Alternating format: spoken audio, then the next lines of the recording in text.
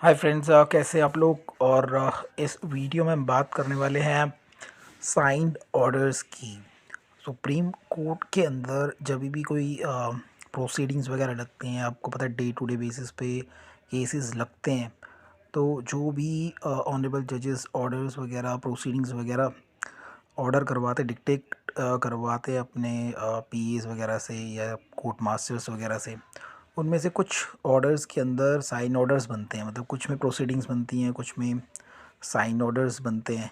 तो एक्चुअली में कई बार जो कोर्ट मास्टर्स वगैरह होते हैं या जो नए लोग होते हैं, उनको पता नहीं चलता कि साइन ऑर्डर्स कब बनाने हैं। और जो एक्सपीरियंस लोग होते हैं उन्हें देखते ही पता चल जाता है, सुनते ही पता चल जाता है किस मैटर में साइन ऑर्डर बनेगा, किस में नहीं बनेगा और किन कंडीशंस में साइन ऑर्डर बनते हैं।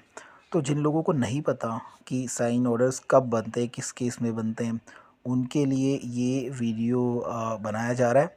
और वो मतलब उन्हें पता चल जाएगा साइन ऑर्डर्स कब बनाया जाता है। तो वीडियो को शुरू करते हैं। सबसे पहले मैं आपको बता दूं कि सुप्रीम कोर्ट में हमें पता है डे टू डे बेसिस पे मैटर्स लगते हैं, 15, 20, 25, 30, 40। और मंडे और फ्राइडे को नॉन मिसलेनियस डे आपको पता है वो होता है, उसमें काफ़ी सारे मैटर्स लगते हैं। और जो रेगुलर कोर्ट होती है उसमें कुछ मिसलेनियस मैटर, कुछ बेल मैटर, इस तरीके से आजकल प्रोसीजर है। और कुछ रेगुलर मैटर होते हैं। तो अपार्ट फ्रॉम दैट मेन जो टॉपिक है उस पे आते हैं। फॉर एग्ज़ाम्पल हाई कोर्ट से हमें पता है कि आर्टिकल 132, 133, 134 के अंदर कुछ सिविल केसेस, क्रिमिनल केसेस जो हैं वो डायरेक्टली सुप्रीम कोर्ट में आते हैं। वो डायरेक्टली अपील नंबर से आते हैं, ठीक है। और अगर ऑनरेबल जज जो है उनको चाहे अलाउ करे या डिसमिस करे, ठीक है, तो उनमें साइन ऑर्डर बनता ही बनता है। और उसमें कुछ रीजनिंग होती है जज की।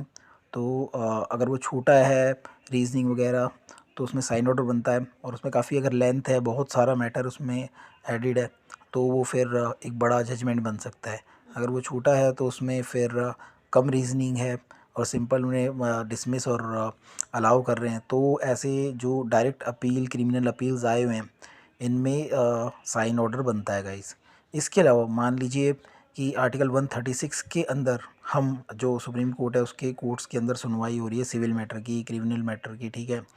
और एडमिशन स्टेज पे शुरू में ही वो डिसमिस हो गया, तो उसमें कुछ नहीं होगा। लेकिन अगर आफ्टर नोटिस यानी इशू नोटिस वगैरह हो गया है, उसके बाद चाहे वो डिसमिस हो रहा है या फिर वो अलाउ हो रहा है, जज अपनी रीजनिंग दे रहे हैं, ठीक है। अगेन अगर वो ज़्यादा बड़ा ऑर्डर नहीं है, छोटा है, तो साइन ऑर्डर ही बनेगा।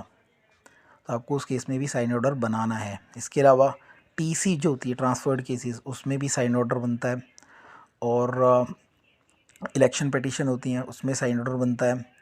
इसके अलावा जो एडवाइजरी जूरिसडिक्शन के अंदर में, जैसे राष्ट्रपति वगैरह, मतलब कोई जो राष्ट्रपति वगैरह, मतलब किसी मामले में, किसी मुद्दे पे, किसी मैटर पे कोर्ट की जो एडवाइस चाहता है, तो उसमें भी साइन ऑर्डर बनेगा ही बनेगा। इसके अलावा ट्रांसफर्ड पेटिशन जो सिविल हैं, ट्रांसफर्ड पेटिशन जो क्रिमिनल हैं, अगर वो डायरेक्टली मतलब इशू नोटिस वगैरह नहीं होता है और डिसमिस हो जाती हैं, ठीक है, तो उनके अंदर साइन ऑर्डर नहीं बनता। लेकिन अगर वो आफ्टर नोटिस हो जाता है उनमें, ठीक है, उसके बाद चाहे वो अलाउ हो, चाहे वो डिसमिस हो, उसमें साइन ऑर्डर बनेगा ही बनेगा फ्रेंड्स। तो इन केसेस में मोस्टली क्या होता है, सुप्रीम कोर्ट के अंदर साइन ऑर्डर्स बनता है विद रीजनिंग ऑफ ऑनरेबल जजेस या ऑनरेबल कोर्ट, उन्होंने किस बेसिस पे उसको जो है अलाउ किया है और जो है उसको डिसमिस किया है। और एक्चुअली में जो एसएलपीज़ की मैं बात कर रहा हूँ, उसमें हाई कोर्ट के ऑर्डर्स को ना मतलब सेट असाइड वगैरह किया होता है, ठीक है। और इसीलिए हमारे पास जब वो आदमी आता है, मतलब एग्रीव पार्टी, तो उसके ऑर्डर को अगर अलाउ कर देंगे तो हाई कोर्ट के ऑर्डर को सेट असाइड किया हुआ होता है। तो ये सब चीज़ें आपको साइन ऑर्डर के अंदर अंदर में बतानी होती हैं।